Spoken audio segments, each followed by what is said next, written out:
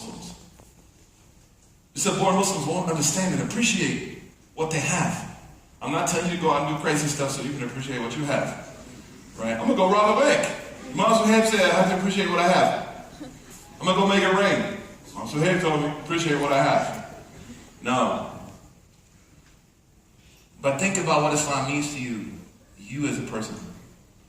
Not just like what people want you to think Islam means. Because the struggle for a perfect identity doesn't exist. So embrace two things. Number one, you're a Muslim, what that means to you. Number two, Islam is not asking you to be a superhero. The Prophet ﷺ said that nobody will try to make this deen perfect on themselves except they will lose. So he said, فَصَدِّدُ وَقَارِبُ, which means try your best. Put forth your best effort, but not perfection. The second cause of extremism amongst folks like us are our friends, man, who we hang out with. The Prophet ﷺ said, الرَّجُلُ عَلَى دِينِ خَلِيلٍ, the person is on the religion of their friends. My sheikh, when I became Muslim, but the sheikh who, interesting enough, is from Marcy Avenue, Brooklyn. Right? Sheikh Abdurrahman Basir. Wonderful human being, incredible person. More than 20,000 people have accepted Islam through him. Sheikh Abdurrahman Basir, right? I became Muslim. The week after I became Muslim, my friend J-Dog got his head blown off by some Great Street Crips. So I went to see Sheikh Abdurrahman, and I said, hey, I got to go to the funeral. And after the funeral, we're going to go try to kill somebody. Whoever shot J-Dog got to pay, right? Sheikh Abdurrahman told me, whoever your friends are is going to determine what kind of Muslim you are. And then he says something to me that's very powerful. And this is actually the statement of Al-Qurtubi. In Surah Al-Kahf, all of us know the 18th chapter of the Quran. We're so paranoid of dogs. I'm surprised we read that chapter. Whereas Muslims invented the seeing eye dog in Baghdad in the 4th century after Hijri. The seeing eye dog didn't start in Germany. It started with Muslims. But in the 18th chapter of the Quran, Al-Qurtubi says something really dope. He says sometimes people are so bad that it's better to be friends with a dog.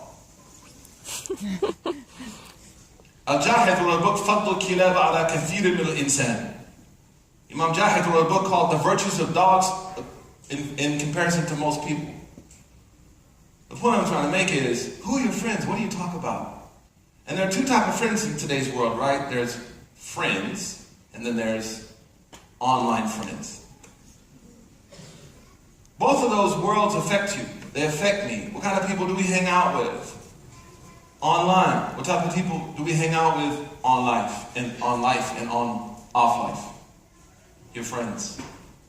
Look at the hadith of the Prophet about the 3 people in the cave, right?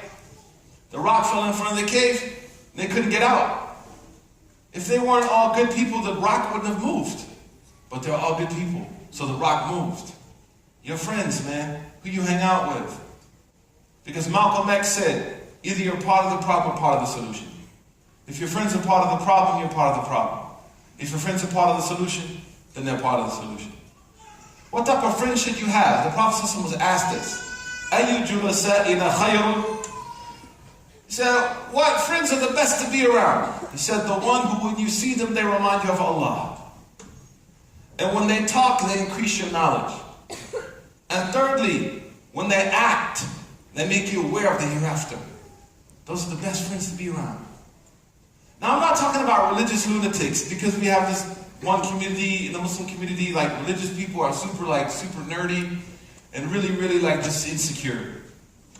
No, I'm talking about like the moderate left, what I call the vital center. People who understand that like they can kick it and still pray tahajjud. People who go see a movie and still pray fajr.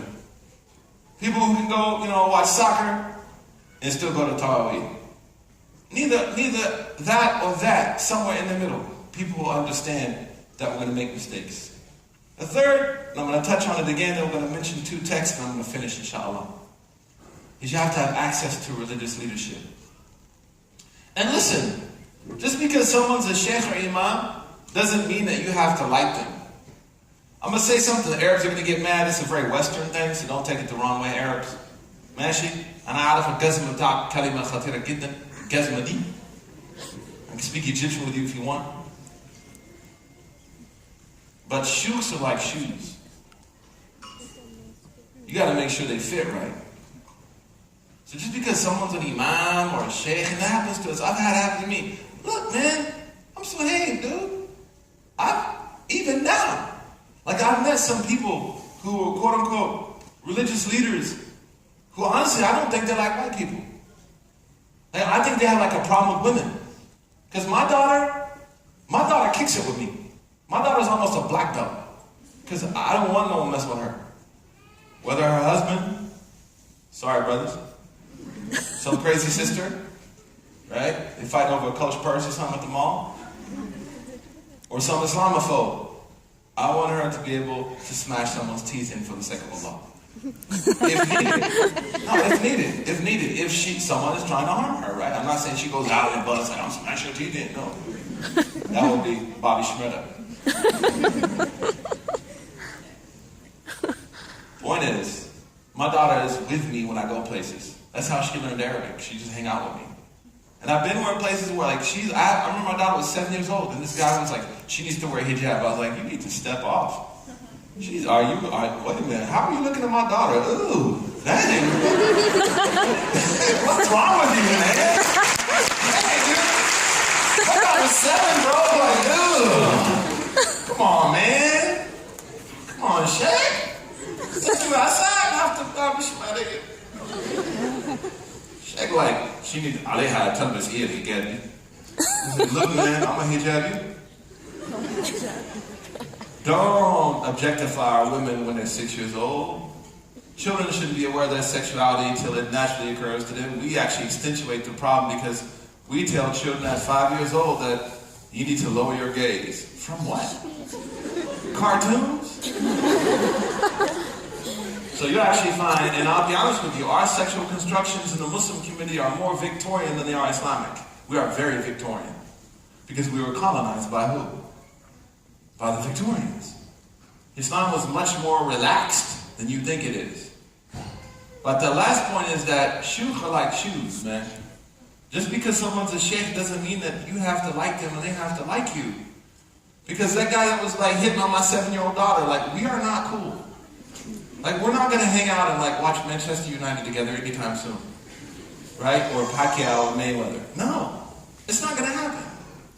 So that last point is you need to find religious leadership. People like Nauman Ali Khan. People like Abdul Nasser Jarga. People like Abdurrahman Murphy who agrees to come places and doesn't show up. That's my boy. No, that's my boy. You know, you need to find people like Yasmin Mugahed. People who you can relate to. People who understand you. People who, when you come to them and say, listen, I got issues that I'm struggling with, they're not going to judge you. They're going to love you and help you and be crutches for you to walk through. Because let me tell you something. Our lives aren't perfect. Imam's lives aren't perfect. I've been through 2 divorces, man. I don't care. I'll say it in front of you because I don't care what you think about me. I'm not going to let the community own me. I will let Allah own me. And that's the problem. And that leads to extremism. We do everything for everybody else. Oh, I come to this event, I'm going to dress for everybody else. I'm going to say what everybody else wants me to say. That's called nifaq. Be you. And that's what leads to people finding themselves overseas. Oh, I want to please others. I want to please others to the point where they'll put themselves in stupid positions. So you have to have access to scholarship that loves you, that embraces you. You love them, you embrace them. You don't expect them to be perfect. Don't think Suhaib Webb is perfect. Don't do that to me because that's not right. Just like you don't want me to think you're perfect, don't think I'm perfect. No, man, we all got the same issues. If I walk by a trap house, brothers, I'm kind of like, Subhanallah. We all have our problems. If I walk by someone smoking, I became Muslim smoking weed. My best friend was a Muslim. We're smoking weed in the back of the car, and he's like, God ain't a man. I was like, what? He's like, no, how could God? I mean, this. I'm not encouraging you to teach theology this way, but the point I'm making is that was my best friend. So to this day, he killed himself, by the way. He's a Muslim. To this day, if I walk by a place where people are smoking weed, I'm like, Allah Akbar. Because I'm not perfect. There's people in this audience right now who hate me because I talk like this. They hate me because they're so insecure. They hate me because they deny the evil that rests in their chest that will stay there till they get with it. You better get with it and get off your high horse and quit thinking that you're better than people. Imam Ibn Jawzi said, the worst person is the one whose pants are above their ankles. Is religion that easy? Everybody needs to put their pants above their ankles and literacy is going to change in Africa. Everybody needs to put their pants above their ankles and sexual perversion will stop in Western Asia, aka Europe. I mean, are you serious? Everybody let their beards grow a certain length, although the scholars differed over it, and the ummah will change. Man, you better wake up and smell the coffee, man. You need to go to Espresso Cafe. If all of our women put on hijab, all of our problems are going to be solved. Really? And then we'll stop there. After it's hijab, it's what? The problem is hijab. Now we need all the women to wear what? Niqab. Because men have always found it convenient to feel powerful when they can control women. It's not that. No, I gotta hurt. Stop it. Just say like, mashallah. You made so much hasan on me now. You probably made nothing on me. Can I get one mashallah? I feel better now. What I'm trying to make is, y'all need to get rid of this religious community that's destroying our institutions, that makes our imams impossible and intolerable to deal with. I mean, a woman can go and talk to Noam Chomsky and she can't talk to an imam. A woman can go up to Dr. Cornel West and ask him questions about race relations at an international geopolitical level, but to go to an imam, it's like she's like trying to get close to Obama. No, seriously. And then we wonder why women are leaving Islam, maybe not collectively leaving Islam, and maybe not physically leaving Islam, but maybe intellectually leaving Islam, because we're telling them that Islam empowers you, but you can't even speak to scholars. And the same thing with young men. We have people who just berate you. You know, I know the gangsters and all this. We boys, we're going to kick it later, inshallah. But what I'm trying to say is, I think gangsterism is a good quality if you turn it in the right direction. Right? If you take that zeal and that love, and that's why ISIS and them, who do they recruit the most? Young gangsters. Because they tell you all the bad you did, just come and die and you're going to paradise. The first person to go to hell is a mujahid, bro, who didn't do it sincerely. But what if you channeled all that evil, all that anger, the father not around? No, man.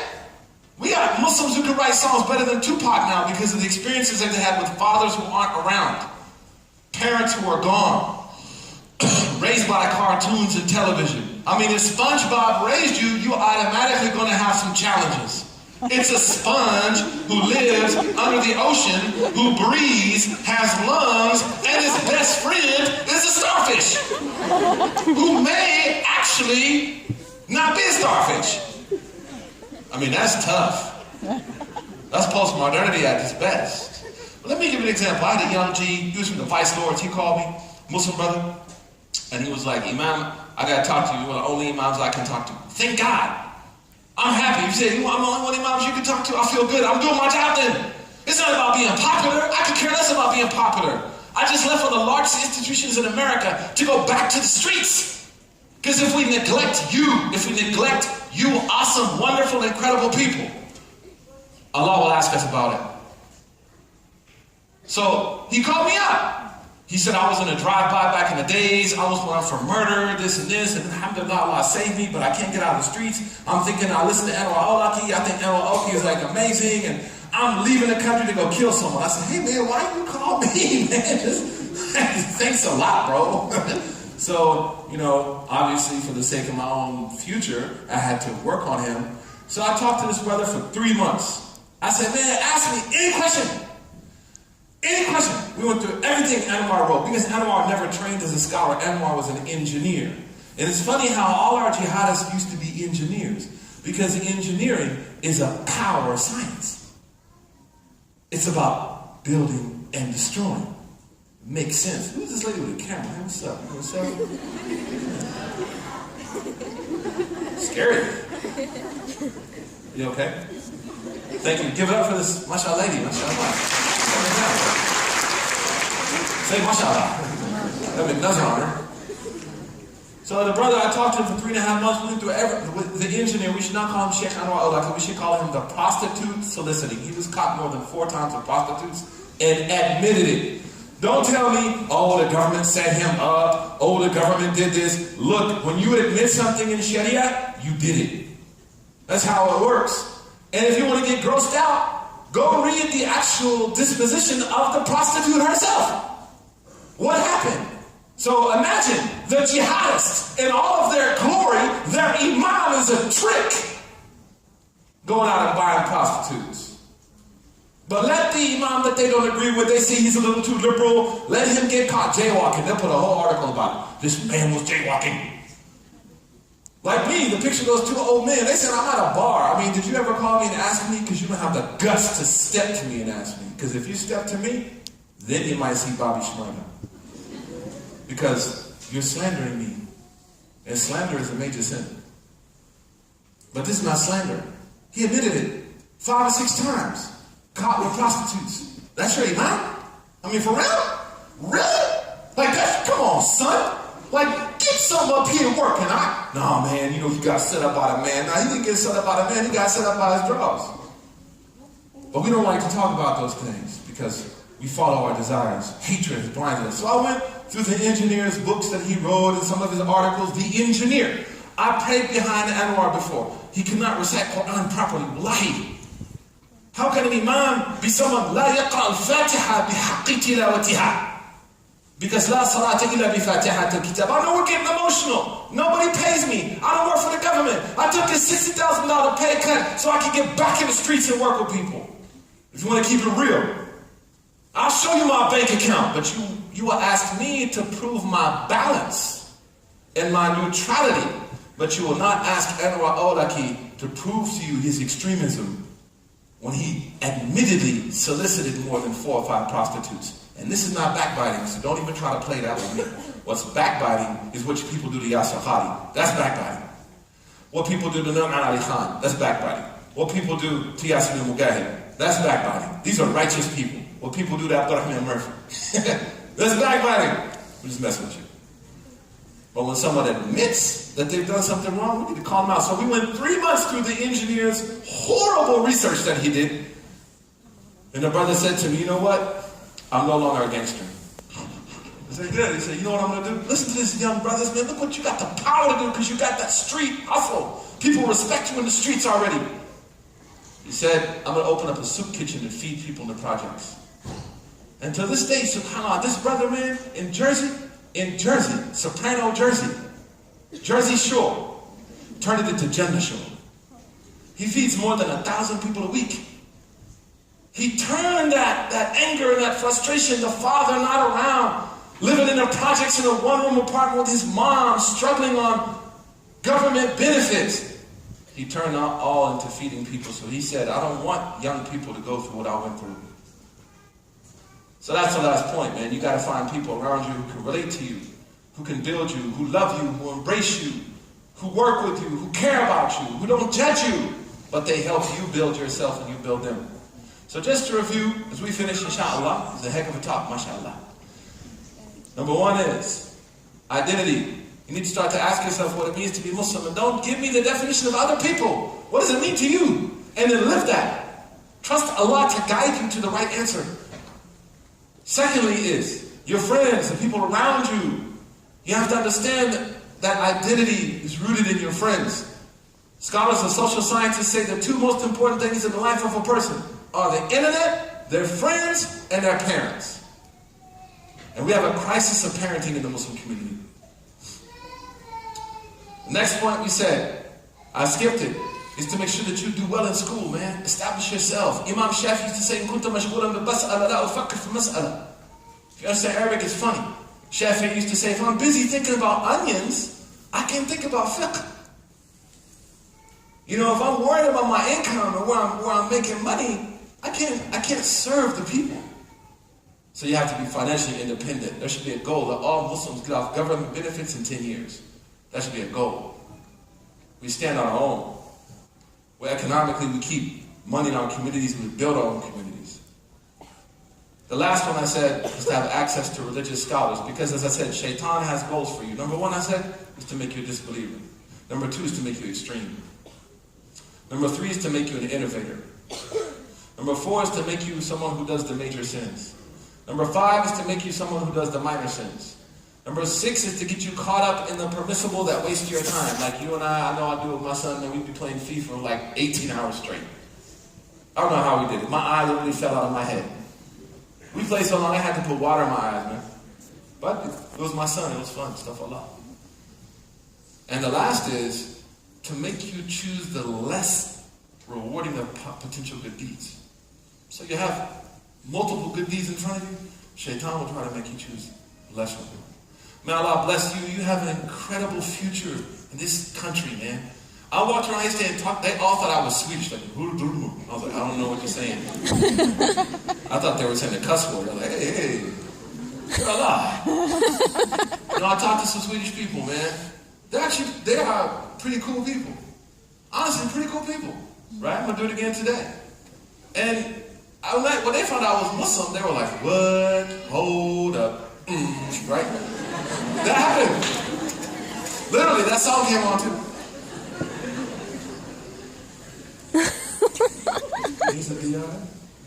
So stuff like that. So, here we go. Allahu Akbar. The point I'm trying to make is, don't let the rest of the Muslim world who's going through hardships and difficulties and problems cause you to see that here. What you have to do is shift the potential that you see here out. All the negativity is coming to us. Our hearts break with what's happening in Palestine. Our hearts shatter with the floods that's happening in Kashmir. We start to celebrate now the stability we see in Somaliland, alhamdulillah. We cry about what we saw happen in Kenya. We should be aware of the history of some of the Habashis, right? The greatest scholars of the Arabic language were from Haram. Better than any Arab. They used to teach the Arabs in the Haram. Sheikh Ali al-Harawi was one of the greatest scholars of the Arabic language. He was Habashi. He wasn't Arab. Right? You have this incredible potential in this country. So don't allow the negativity that's happening in other parts of the world cause you to how you see this place. What you have here is a great potential. May Allah bless all of you. May Allah subhanahu wa ta'ala help us, inshaAllah. Keep us strong. Keep us real. And give us the great pleasure of being together as we're here in the hereafter. Jazakumullahu khairan. I love all of you for the sake of Allah.